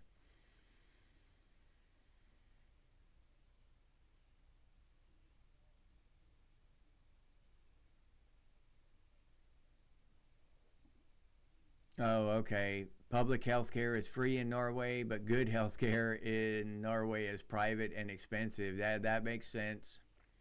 Laic. No, Snyder, no mangoes. I'm too far north for that. I've tried to grow mangoes. They just don't do well. It's too far north. Even I have trouble with the bananas because I'm too far north.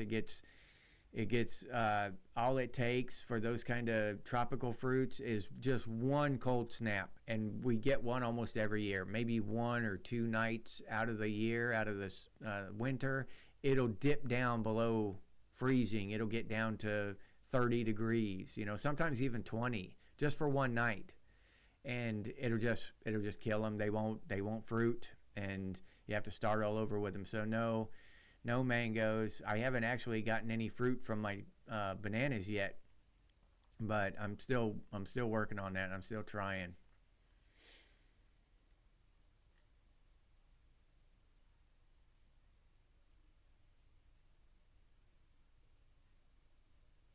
Yeah.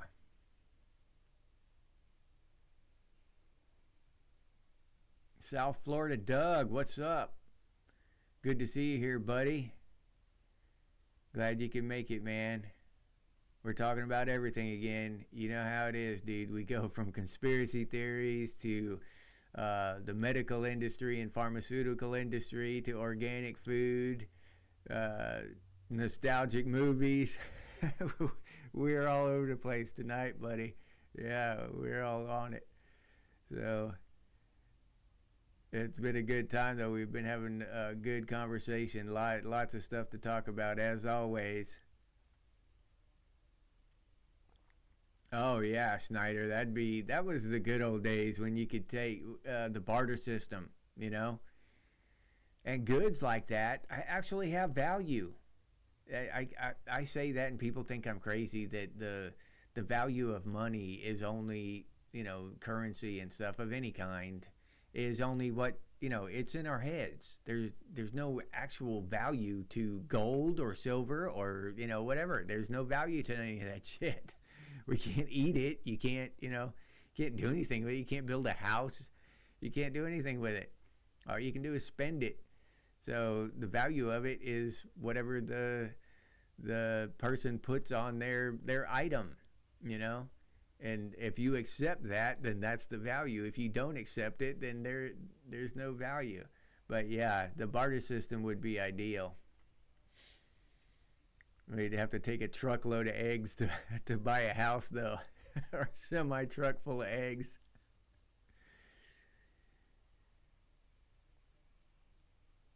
Yeah. Oh, I believe it, Patty. Yeah, there's no such thing as a perfect system, but I know I can't see how it could get much worse than ours, unless it was just non-existent. You know, they won't. That's the thing about the United States. We had a chance to just have the free market, but they ruined that. The big corporations have ruined that. We had a chance to have a capitalist free market there for a while, years and years ago. But the big corporations and monopolies and stuff have ruined that. But now they still call it capitalism, but it's not even close to capitalism. But you hear all these people, you see all these people on the internet talking about how capitalism is destroying everything, and there is no capitalism. You're pointing at a shadow on the wall, and the thing itself has been gone for decades. There's been no capitalism for decades. This is an oligarchy run by monopolies. This isn't capitalism. So I would be really interested to see how a health industry could work in true capitalism, where everything was just fair and the good doctors made more money, and and that would be it. So I'd be really interested just to see that. I never will, not in my lifetime. It's gone forever. Hill Bill, there he is. Hill Bill, how's it going, buddy? Y'all done? All right, man. Glad to see you here, dude.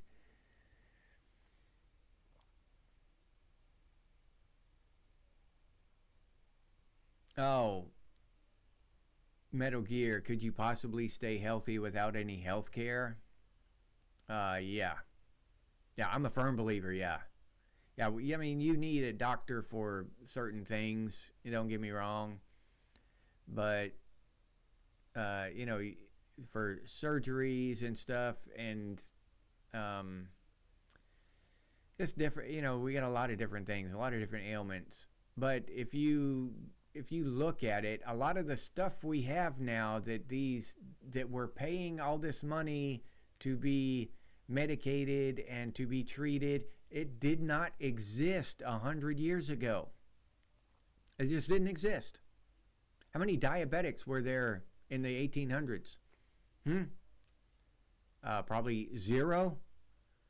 How many autistic kids were there in the 1970s? How many, the list goes on. You can go down the list of all this shit, ADHD and all this shit that's medicated now and all this stuff, right? How much of it existed 100 years ago? Okay?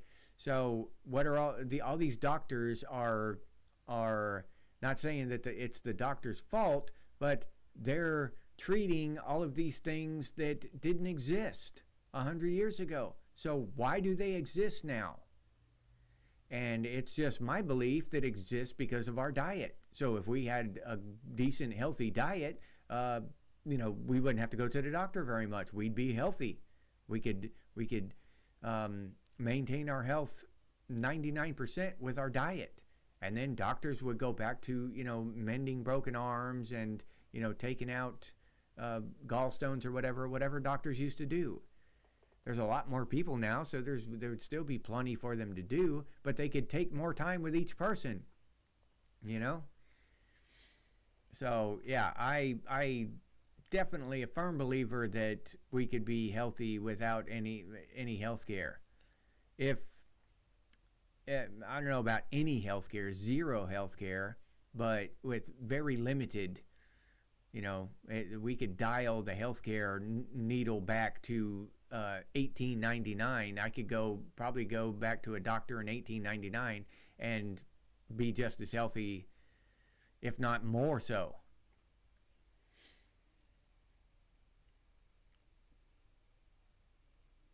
Yeah, there's quite a few people that did, Dead Wolf. They just refused it.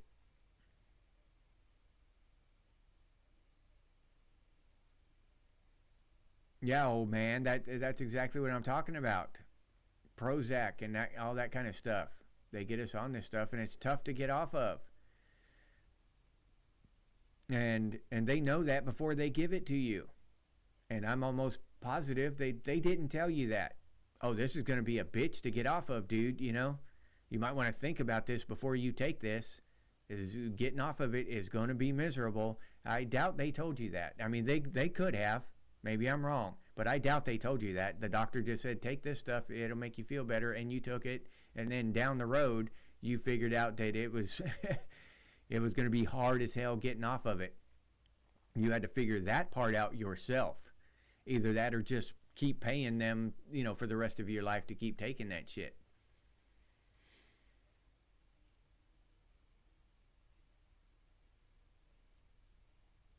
Oh, okay, Hillbill, yeah.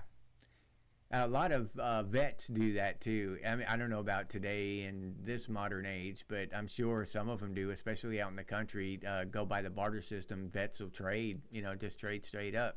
Yeah, you got a shotgun? Yeah, I'll take that. I'll fix your horse. Give me that shotgun. Hell yeah. Old Billy Bob wants a shotgun down there. I'll trade him that for something else. So yeah.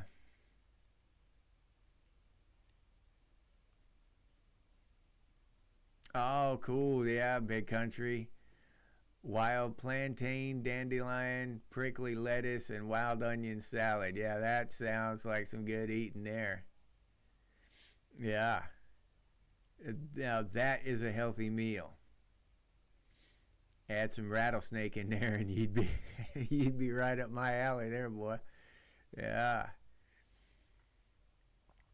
Yeah, Laura, we had to be like Canada. Yeah, you're right about that.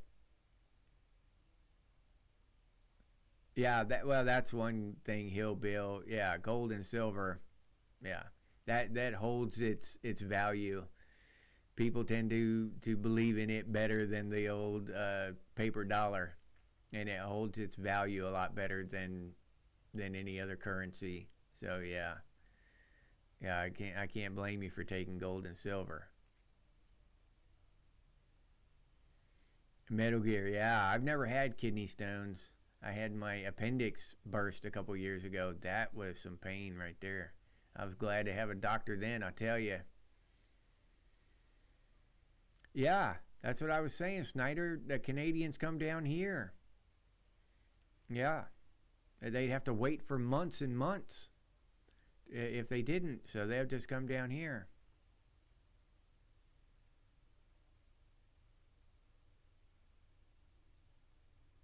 Oh man, yeah.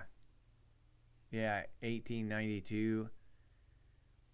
Forced to see a patient in 7 minutes, and that was considered too long by my boss. Yeah, that's just insane. What happened to personal relationships and getting to know more about the person's dietary habits and what the person's doing, that may be causing the symptoms or whatever. So yeah, that kind of, what's that, the bedside manner or whatever, that relationship that doctors used to have with their patients, the real relationships, that's completely gone. And that's due to big business, big corporations, profits, and all that. That's just, now it's not a personal industry anymore. It's just a money making machine, just like everything else, just like the food industry. They turned all our farmers into these just big monoculture, big machine drivers and shit. You know what I'm saying? So yeah, it's crazy. I hate to see that those good things go away because they were good. Yeah.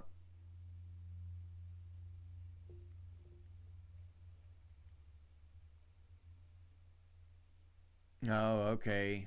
Dental health is important for cardiovascular stuff. Yeah, well, that makes sense. That makes a lot of sense. I did I've done a couple of videos on health, just on, you know, just about just normal everyday stuff, just common sense. I'm no doctor and I don't give medical advice or, anything like that. I don't claim to do any of that stuff. I'm not an idiot. Not much of an idiot anyway. Not dumb enough to hand out medical advice, but some stuff is just common sense, and it's good to hear this kind of stuff though. Statins break your muscles down too. Oh, 2 weeks after a heart attack. Okay, but yeah, we need to be more aware of that kind of stuff, especially getting into our old age now. We need to, and I wish I could know the facts about a lot of this stuff, because we're told one thing and then we're told something completely different. Back in the 80s, we were told that animal fat was the worst thing in the world for you. Red meat was horrible. That's what caused all the bad stuff.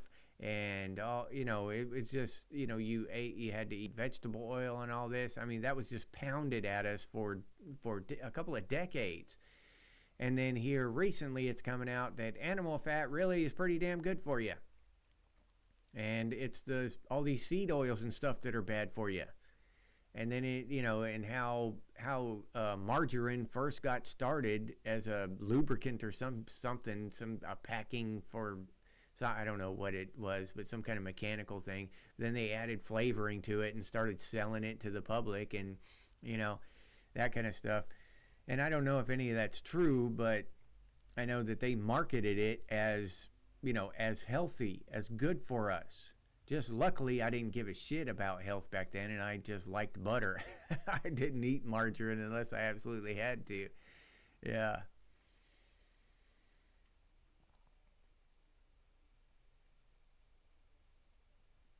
Oh yeah, Patty the Fly. Yeah, that's one thing you'll find here at Gen X Thinks. We don't get at each other's throats. Yeah. No, we disagree. Some of us think the Earth is flat. Some of us think it's round. Some of us think that global warming is caused by cow farts. Some of us think that global warming is caused by the just by the natural warming of the globe. the climate changes on its own. But we don't argue too much about it. No, we all get along pretty good here. That's one of the best things that I like about our little community here so far, is that we're all grown-ups and we don't tend to get in these real arguments over stuff, you know. We agree to disagree. And a lot of it, we're old enough now as Gen Xers, we should be, most of us anyway, should be old enough to realize the difference between evidence and proof. And y'all that have been subscribers to Gen X things for a while now, you know where you know what I feel about that. But you know, you can have evidence for anything, and to argue, you know, to get pissed off at somebody and argue over some evidence is just, I don't know, it's the epitome of ridiculousness. You know, until you have proof. When you have proof of it, all right, then you know, show me some proof. But still, there's no reason to argue. You can just show the proof, you know.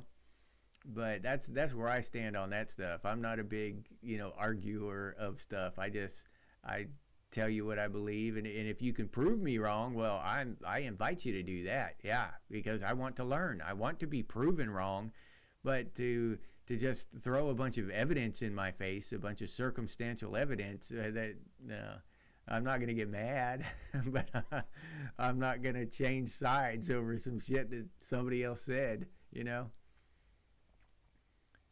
Yeah, we try to act like adults most of the time, in most ways.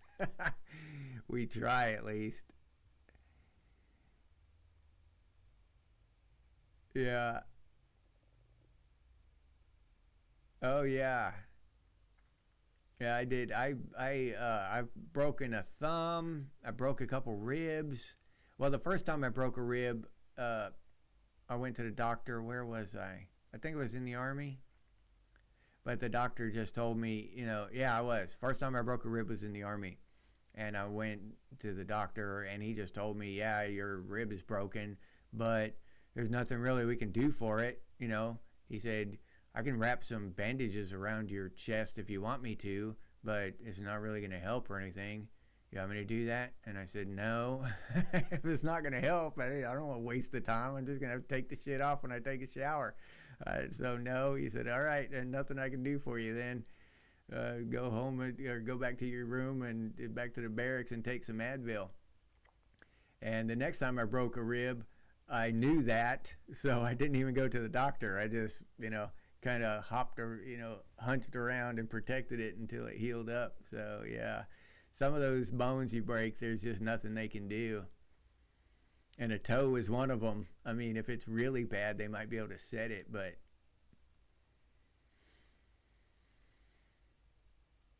oh yeah, 1892. Yeah, margarine. Yep. Yeah, it's not. I haven't. I can't remember the last time I ate that stuff, but yeah, it's not. That's what I've heard. Now I've heard it's not good for you anymore. Now, of course, you remember back in the 80s, they used to tell us that was the healthiest thing on the planet. That's what you're supposed to be eating. Nowadays, we're being told that to stay away from that shit. So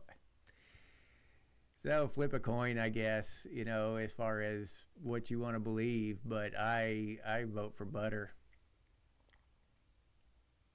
Yeah, 1892. That's supposed to be the point. We're supposed to be thinking. We're supposed to be inviting each other to think and helping each other to think by you know, presenting new ideas and stuff.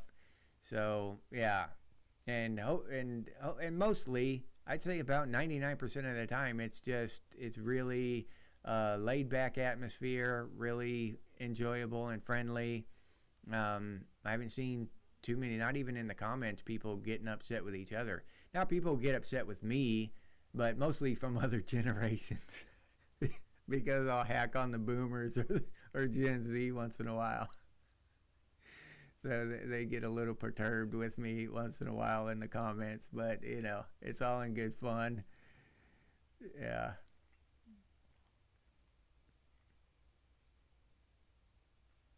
Uh, yeah, separated your left shoulder. Yeah, I bet that would hurt.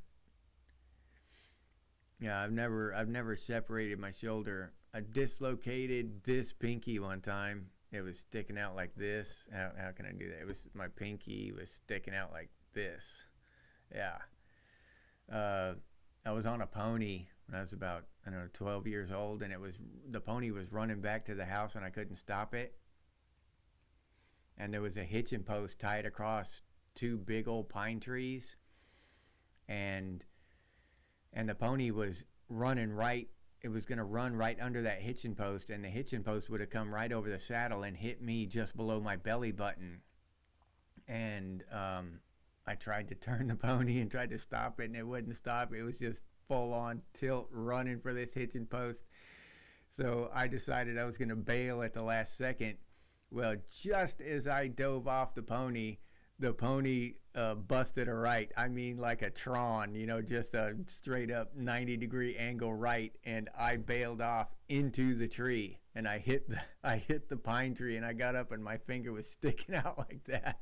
Yeah, I just pulled it back, and it popped back into place, but it hurt. Wow, and it swelled up for a while. But yeah.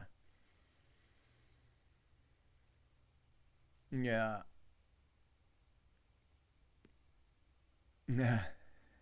Yeah, that sometimes, yeah, 1892. Sometimes that's the only cure for it is time and pain. Yeah.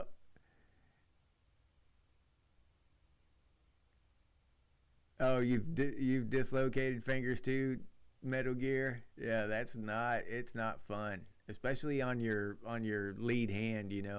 Your right hand if you're right-handed, or your left hand if you're left-handed, because you do everything with that hand.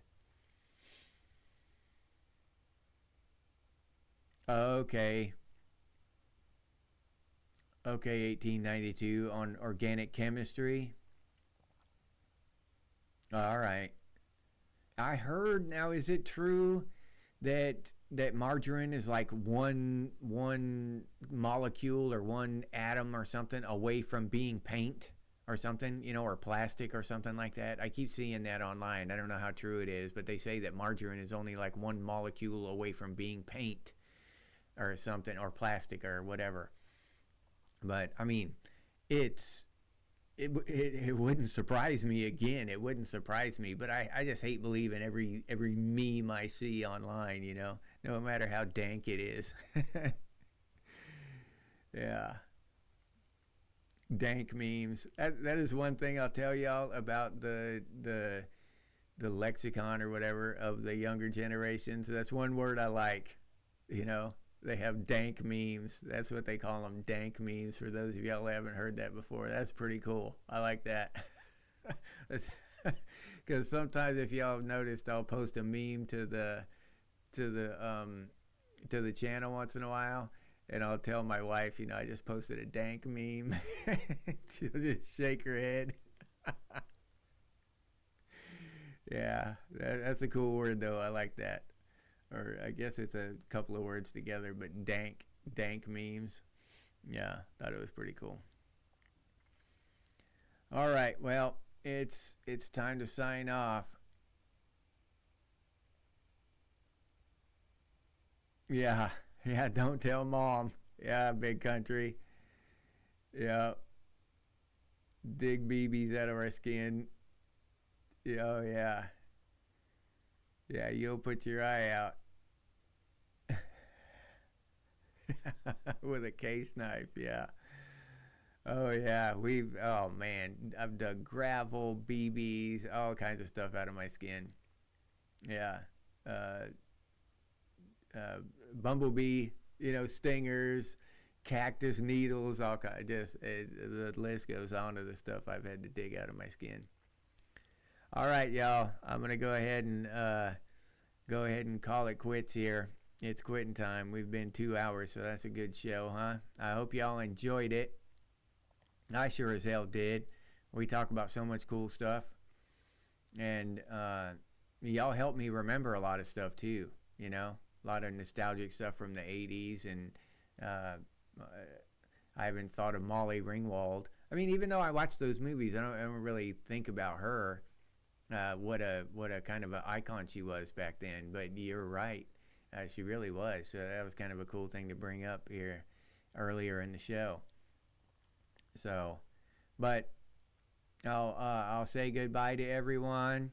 Big Country, Laura Ann, Snyder, 1892. Thanks for showing up. Who else we got here? Hill Bill. Let me see. Patty the Fly out of Germany. That was cool. South Florida Doug, Big Country.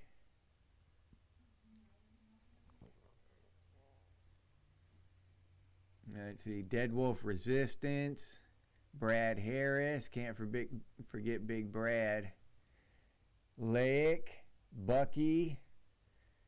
I don't want to miss somebody. I'm always afraid at the end of these that I'm going to miss somebody, but we had a lot of comments today for me to scan through in the last. Jason Lamore. Robert Mark Heemstra. Yeah. All right, y'all. Well, thanks for hanging out with me. You can't imagine how much I appreciate it. So thank you. And I hope you join me again next weekend, next Sunday at 4. And, okay. Oh, all right. Okay, 1892. Okay. Yeah, he's just telling me about the molecules in the margarine. Old man, you have a good one. Have a good evening, everybody. And I'll leave you there with that. As always, stay frosty, Gen X, and I'll see you on the next one.